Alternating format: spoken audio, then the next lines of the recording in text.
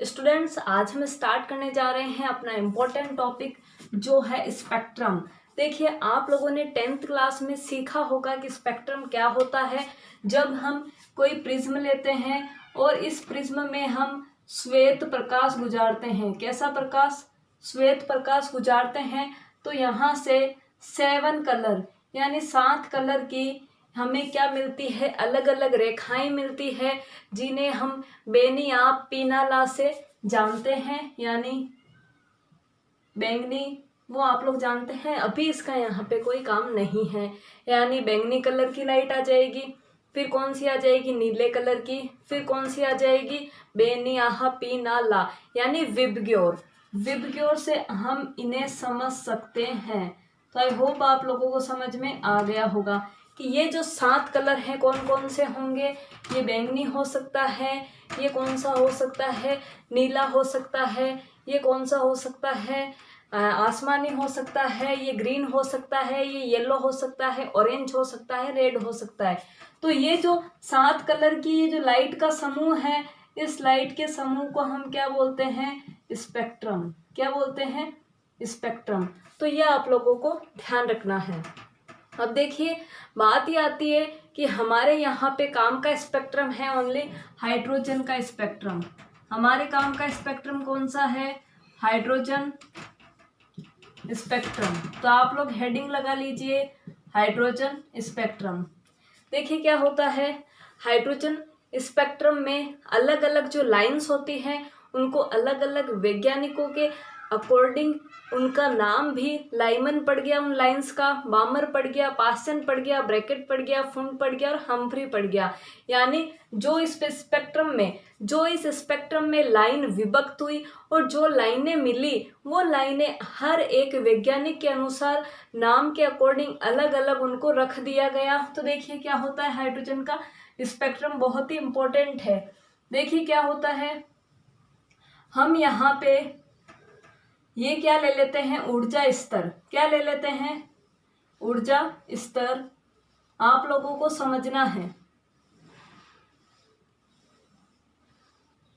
देखिए आप लोग बनाइए साथ के साथ। हमने क्या ले लिए? ये ऊर्जा स्तर ले लिए। यहाँ पे ये जो स्तर है वो पहला स्तर है, ये दूसरा है, ये तीसरा है, ये चौथा है, ये 5वां स्तर, ये 6ठा स्तर, और आज तक 7 स्तर ही खोजे गए हैं। कितने स्तर खोजे गए? 7। लेकिन 7 से ऊपर 8, 9, 10 यानी अनंत तक ये होते हैं। अब देखिए क्या होता है, जब 7वें ऊर्जा स्तर से पहले ऊर्जा स्तर में जब कोई इलेक्ट्रॉन आता है तो उसे हम लाइमन श्रेणी बोलते हैं। देखिए क्या होगा, 7वें से पहले में कोई आएगा तो वो क्या हो जाएगा? लाइमन। यानी हमें ये बोलना है कि जो इलेक्ट्रॉन है वो कहाँ पे पहुँचेगा? प्रथम ऊर्जा स्तर में पहुँचेगा, उच्च ऊर्जा स्तर से। उच्च ऊर्जा स्तर 7 भी हो सकता है, 8 भी हो सकता है, 9 भी हो सकता है, 6 भी हो सकता है, 5 भी हो सकता है, 4, 3, 2। यानी निम्न ऊर्जा स्तर हमेशा क्या रहेगा? 1। बट उच्च ऊर्जा स्तर कुछ भी हो सकता है।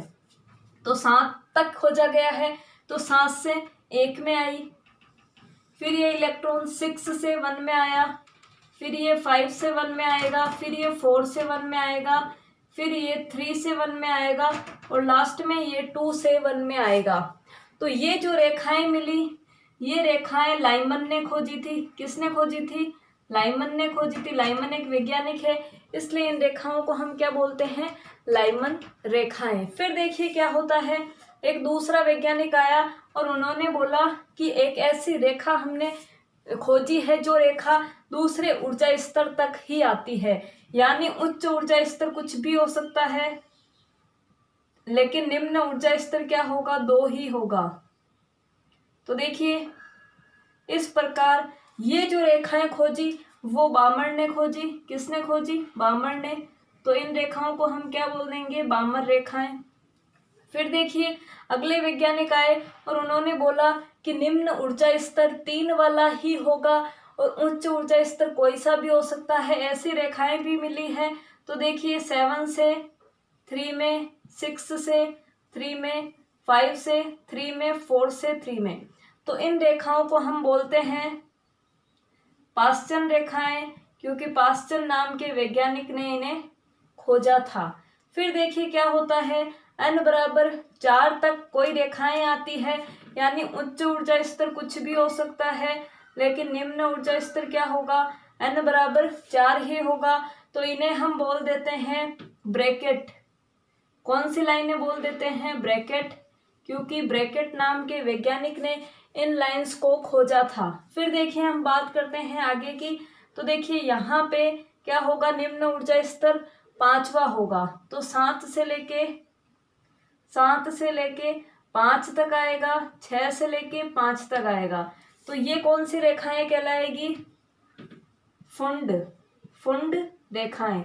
फिर देखिए यहाँ पे निम्न ऊर्जा स्तर क्या होगा, 6 होगा, यानी 7 से 6 में आई, तो इन्हें हमें क्या बोल देना है, हम्फ्री रेखाएं।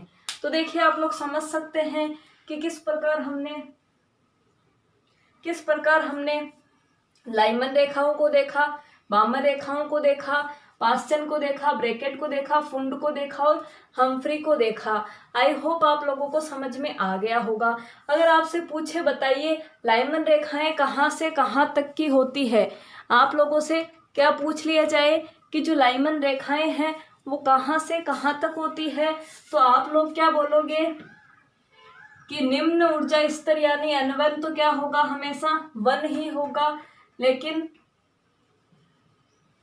ऐसे बोलेंगे उच्च ऊर्जा स्तर n2 क्या हो जाएगा, यहाँ पे उच्च ऊर्जा स्तर दूसरा भी हो सकता है, तीसरा भी हो सकता है, चौथा, पांचवा, छठा, सातवां, यानी उच्च ऊर्जा स्तर 2 भी हो सकता है, 3 भी हो सकता है, 4, 5, 6, 7, 8, 9, 10 कुछ भी हो सकता है। अगर आपसे बोले कि ये जो लाइमन रेखा है इसका निम्न ऊर्जा स्तर क्या होगा, तो निम्न ऊर्जा स्तर हमेशा 1 होगा। क्या होगा, पहला होगा। तो इस प्रकार हमें बताना है, जैसे हमने लाइमन में बताया कि उच्च ऊर्जा स्तर 2, 3, 4, 5 कुछ भी हो सकता है, निम्न ऊर्जा स्तर n1 1 होगा, यानी पहला ऊर्जा स्तर होगा। वैसे ही हमें बामर का बताना है। तो बामर में देखिए n2 यानी उच्च ऊर्जा स्तर, बामर में क्या हो जाएगा, निम्न तो क्या है बामर में, दूसरा है, तो बामर में n1 तो क्या है, 2 है, तो 2 को छोड़ के आगे वाले सारे क्या होंगे, उच्च ऊर्जा स्तर, यानी 3 भी हो सकता है, 4, 5, 6, 7 कुछ भी हो सकता है। फिर पाश्चन की बात करते हैं। पाश्चन में उच्च ऊर्जा स्तर क्या होगा और निम्न ऊर्जा स्तर क्या होगा। तो देखिए पाश्चन में निम्न ऊर्जा स्तर क्या होगा, 3 होगा, तो उच्च ऊर्जा स्तर क्या होंगे, 3 के आगे वाले, यानी 4, 5, 6, तो क्या होगा, 4, 5, 6, 7, 8, 9, 10 कुछ भी हो सकता है। फिर ब्रैकेट की बात करें तो निम्न ऊर्जा स्तर क्या है, 4 है, तो ब्रैकेट का निम्न ऊर्जा स्तर तो क्या हो गया, 4। अब उच्च क्या होगा, 5, 6, 7, 8, तो उच्च क्या हो जाएगा, 5, 6, 7, 8, 9, 10 कुछ भी हो सकता है। फिर फुंड की बात करें तो देखिए निम्न ऊर्जा स्तर क्या होगा, फुंड में 5 होगा, और उच्च कितना होगा, 5 के आगे 6, 7, 8 कुछ भी, तो n2 क्या होगा, 6, 7, 8 कुछ भी। फिर हम्फ्री की बात करें तो हम्फ्री में निम्न ऊर्जा स्तर क्या होगा, 6, क्या होगा, 6। फिर है उच्च ऊर्जा स्तर क्या होगा, तो 6 के आगे वाला 7, 8, 9, 10 कुछ भी हो सकता है। तो इस वे में आप लोगों को समझना है। फिर देखिए यहाँ पे एक इम्पोर्टेंट बात आती है कि जो ये लाइमन रेखाएं हैं वो विद्युत चुंबकीय तरंगों में, क्या ये पराबैंगनी क्षेत्र में मिलेगी, क्या ये अवरक्त क्षेत्र में मिलेगी, क्या ये दृश्य क्षेत्र में मिलेगी, ये इंपॉर्टेंट एग्जाम में पूछा जा सकता है।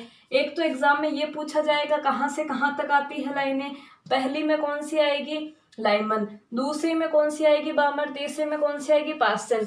यानी एक तो एग्जाम में ये पूछा जाता है और एग्जाम में क्या पूछा जाएगा, जो मैंने अभी अभी बोला। तो आप लोगों को ध्यान रखना है कि लाइमन जो रेखाएं हैं वो कौन से क्षेत्र में ही दिखाई देती है। तो देखिए जो लाइमन रेखाएं होती है, देखिए हम इधर लिख लेते हैं।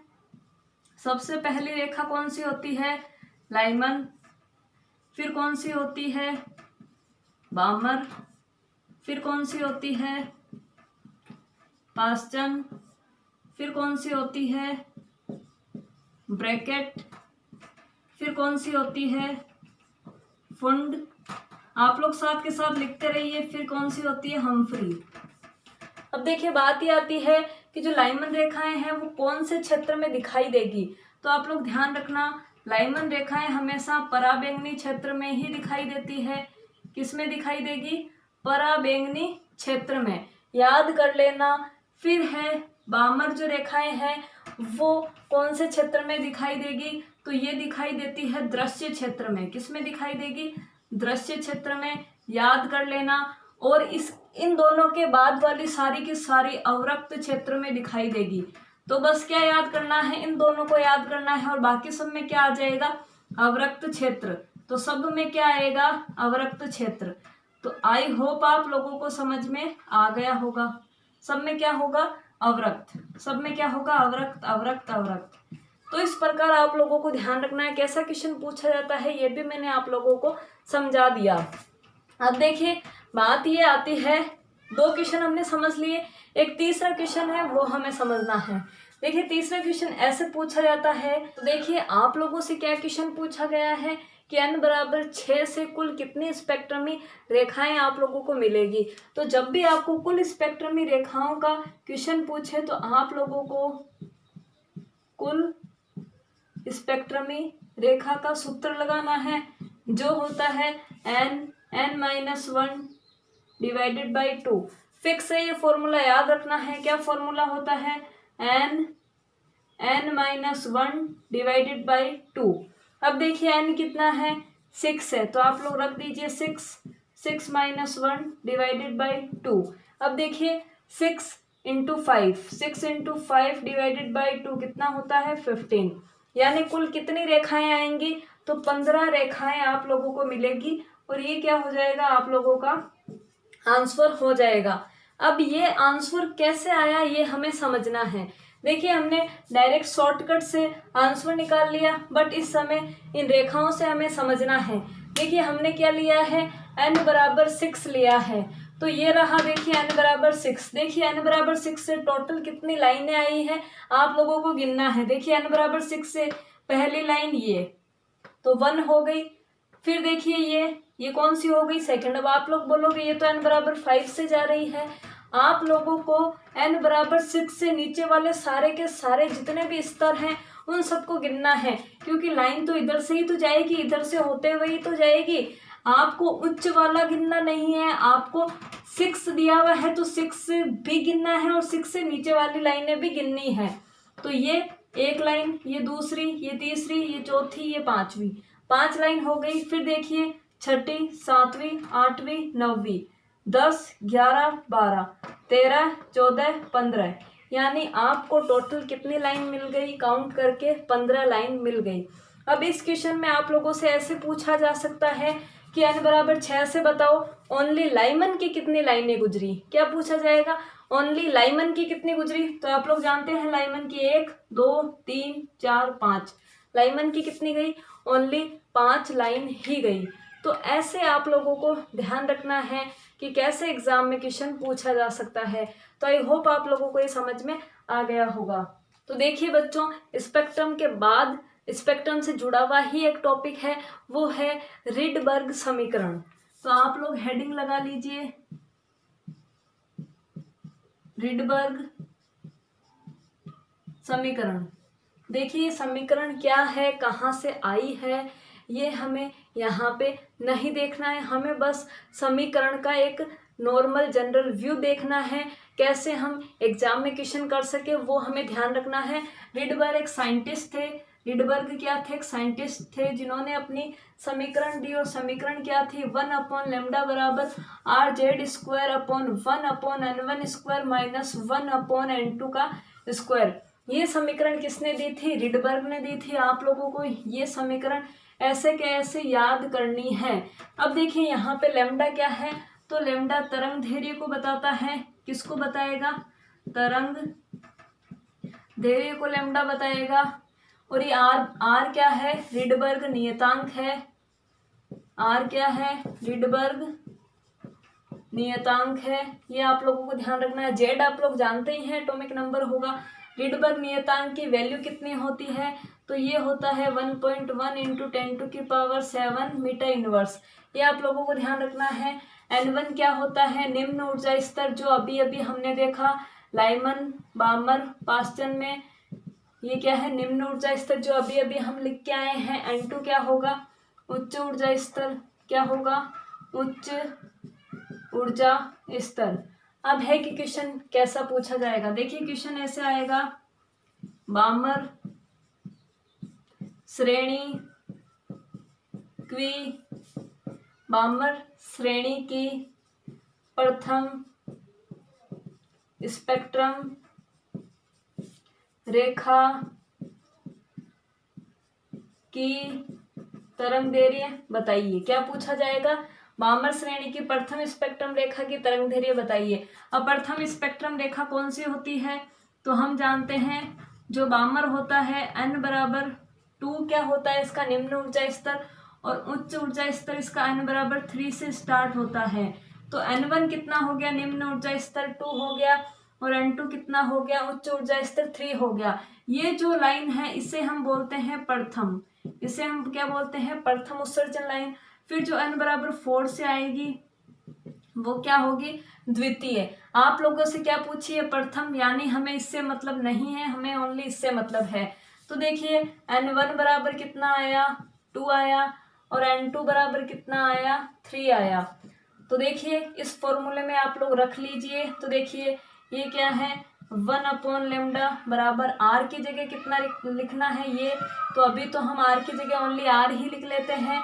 z हमेशा, हम अभी हाइड्रोजन की बात कर रहे हैं मान लीजिए, तो z क्या हो गया, 1 हो गया, तो 1 का स्क्वायर 1 हो गया, तो वो कोई बात नहीं है, 1 इंटू होके 1 ही होता है।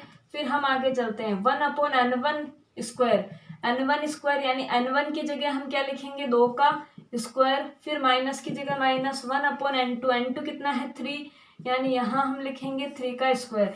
जब आप लोग इसे सॉल्व करेंगे तो यहाँ पे 4, यहाँ पे 9, जब इसका एलसीएम लेंगे तो जो आपका फाइनल आंसर आएगा वो r की वैल्यू में आएगा आंसर। लैम्डा मिल गया r की जगह, फिर आप 1.1 इंटू इतना रख सकते हैं और गुणा भाग कर लेना, वो आपका क्या आ जाएगा, लैम्डा आ जाएगा। तो आई होप आप लोगों को समझ में आया होगा कि कैसे क्वेश्चन रिडबर्ग समीकरण से या स्पेक्ट्रम से पूछे जाते हैं। तो अब हमारा टॉपिक स्टार्ट हो रहा है, हम पढ़ रहे हैं तरंग यांत्रिकी सिद्धांत। हेडिंग लगा लीजिए आप लोग, तरंग यांत्रिकी सिद्धांत। तरंग यांत्रिकी सिद्धांत में 2 सिद्धांत आते हैं, पहला आता है डी ब्रोगली और दूसरा आता है हाइजेनबर्ग का अनिश्चितता सिद्धांत। अब देखिए पहले हमें पढ़ना है डी ब्रोगली का सिद्धांत, तो आप लोग हेडिंग लगाइए, डी ब्रोगली का सिद्धांत। देखिए डी ब्रोगली क्या बोलता है, यहाँ पे डी ब्रोगली ये बोलता है कि जो इलेक्ट्रॉन होता है उसकी कणीय प्रकृति भी होती है और उसकी तरंग प्रकृति भी होती है, यानी ये जो डी ब्रोगली है वो क्या बोलते हैं, द्वैत प्रकृति के बारे में बोलते हैं, यानी कोई भी कण है जो दोहरी प्रकृति रखेगा। ये किसने बोला है, डी ब्रोगली ने। और डी ब्रोगली ने बोला है कि जो तरंगदैर्घ्य होती है वो किसी भी कण की संवेग के व्युत्क्रमानुपाती होती है। ये क्या है, तरंगदैर्घ्य, और ये क्या है, संवेग, एक दूसरे की क्या है, व्युत्क्रमानुपाती। और आप लोग जानते हैं संवेग बराबर क्या होता है, p बराबर क्या होता है, mv। तो हम लैम्डा समानुपाती p की जगह क्या लिख लेते हैं, mv। अब जैसे ही हम ये समानुपाती का चिन्ह हटाएंगे तो हमें एक नियतांक मिलेगा जो हमने h लिख दिया। तो हमारा सूत्र क्या बन गया, लैम्डा बराबर h/mv। और ये इम्पोर्टेंट है, एग्जाम में काफी बार पूछा जाता है। तो आप लोग जानते हैं ये प्लांक नियतांक हो गया, तरंगदैर्घ्य हो गई, ये मास हो गया, और ये वॉल्यूम यानी द्रव्यमान हो गया। तो आई होप आप लोगों को समझ में आ गया होगा। अब देखिए हम एक और इसी में ही फॉर्मूला पढ़ते हैं कि जो डी ब्रोगली है वो बताते हैं कि जो mvr यानी जो कोणीय संवेग होता है वो nh/2π के बराबर होता है। किसके बराबर होता है, nh/2π। तो ये दोनों फॉर्मूले आप लोगों को ध्यान रखने हैं, आपके एग्जाम में इनसे डायरेक्ट क्वेश्चन पूछा जा सकता है कि डी ब्रोगली ने बताया, क्या बताया, तो आप लोग बोलोगे संवेग और तरंगदैर्घ्य एक दूसरे के व्युत्क्रमानुपाती हैं, ये बताया। तो आप लोगों को ये ध्यान रखना है। और क्या बताया डी ब्रोगली ने कि द्वैत प्रकृति होती है, ये डी ब्रोगली ने बताया। तो इस प्रकार आप लोगों को ध्यान रखना है, यहाँ से 2 क्वेश्चन ही बनते हैं। फिर सेकंड जो सिद्धांत था वो है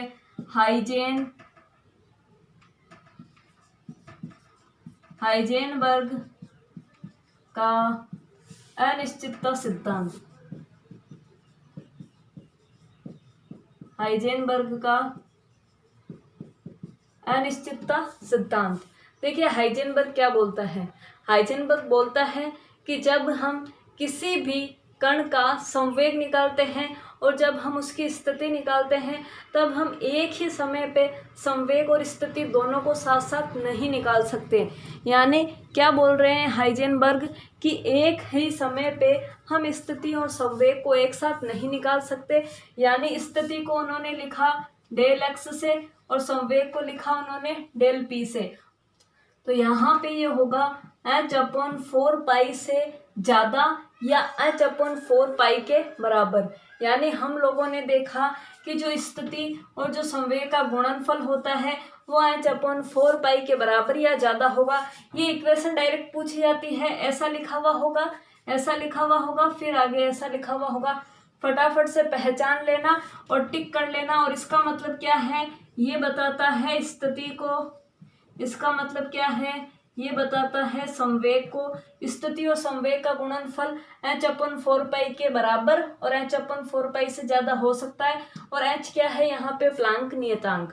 तो ये दोनों आप लोगों ने देख लिए तरंग यांत्रिकी सिद्धांत। तो देखिए आज का हमारा लेक्चर यहीं पे फिनिश होता है।